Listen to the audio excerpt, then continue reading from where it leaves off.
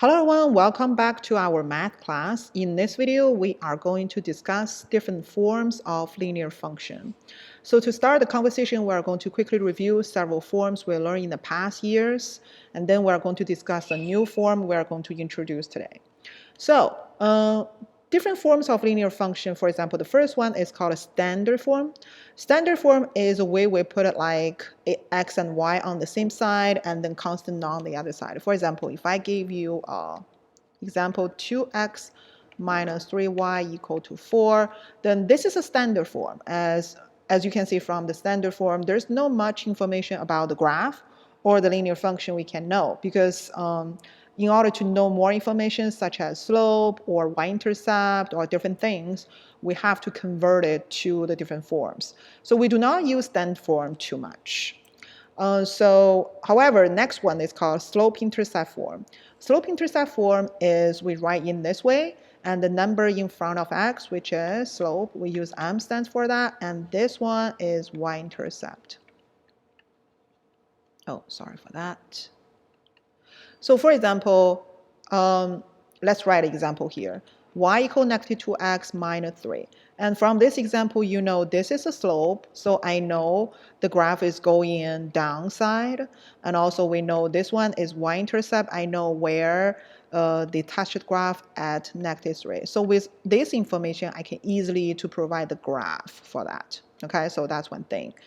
So we can just easily use the slope and y-intercept graph. So that's why we use this one pretty often because they provide a lot of useful information.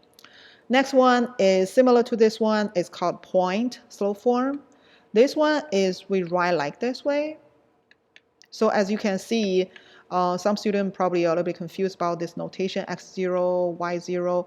This one is actually x0, y0 stands for a point on the graph. And m, of course, as we used to say, this is a slope. So for example, let me give you an example. Y minus 2, 1 over 2, x minus 3. So from this one, I know slope is 1 over 2. So, and it's positive, so graph is going to be like this. And also a point on the graph, which is 3, 2. So I know there is a 1 location, 3, 2 is a graph. So you can tell the information on this one. So that's why point slope is also another useful form because in this one, we can easily tell the slope. We can also determine a point on the line. So next one is one we actually want to introduce a little bit more on this because this is actually new to us, intercept form. So what is intercept form? From the name, you probably can tell intercept form will give us a lot of information regarding x-intercept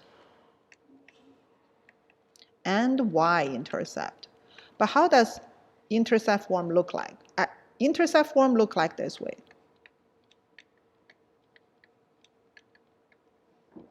So it's two fractions on the left side and equal to 1.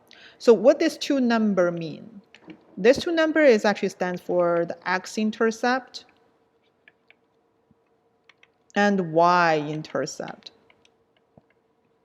You may wonder, how does it even possible we get two fractions, we can just tell the y-intercept and x-intercept? It's actually pretty straightforward. Let's check the example here. For example, I give x over 3 plus y over 2 equals 1. So if we plug into the 3 here, then as you can see, 3 over 3 is 1, so the y has to be 0 in order to adding on 1. So that's why this point, when y equal to 0, this value is x-intercept. And same reason we can apply to y. When y equal to 2, 2 over 2 is already 1. So in order to adding a number to 1, x has to be 0. So that's why this point 0, 2, which is exactly match the denominator here, is y-intercept. So as you can see, this one is called intercept form because I can easily to tell the x-intercept and y-intercept by checking the denominator. So let's quickly check the two graphs and how do we write the intercept form from these two graphs, okay? So let's check the first one. So again, we can easily tell all these forms here, we can easily convert from one to the other. We just use whatever the format here and convert to the other one accordingly. But this one, we want to practice how do we use a graph to create intercept form function, not slope intercept form though. So for this one, as you can see, for intercept form, we just need to tell what is x-intercept and what is y-intercept. For these two values, x-intercept is here, -4, and y-intercept is 2. So now we just need to plug in the information into the equation, which is x over -4, which is x-intercept plus y over 2 equal 1. And that's it. That's our intercept form. Also for this one, as you can see, the x-intercept, just save time, just write down like this. And y-intercept is 1. And we just need to plug in the answer into the equation, which is x over 2 plus y over 1, because this is y-intercept, this is x-intercept, equal 1. And as you can see, when x-intercept and y-intercept are both positive, it actually indicated a negative slope line, okay?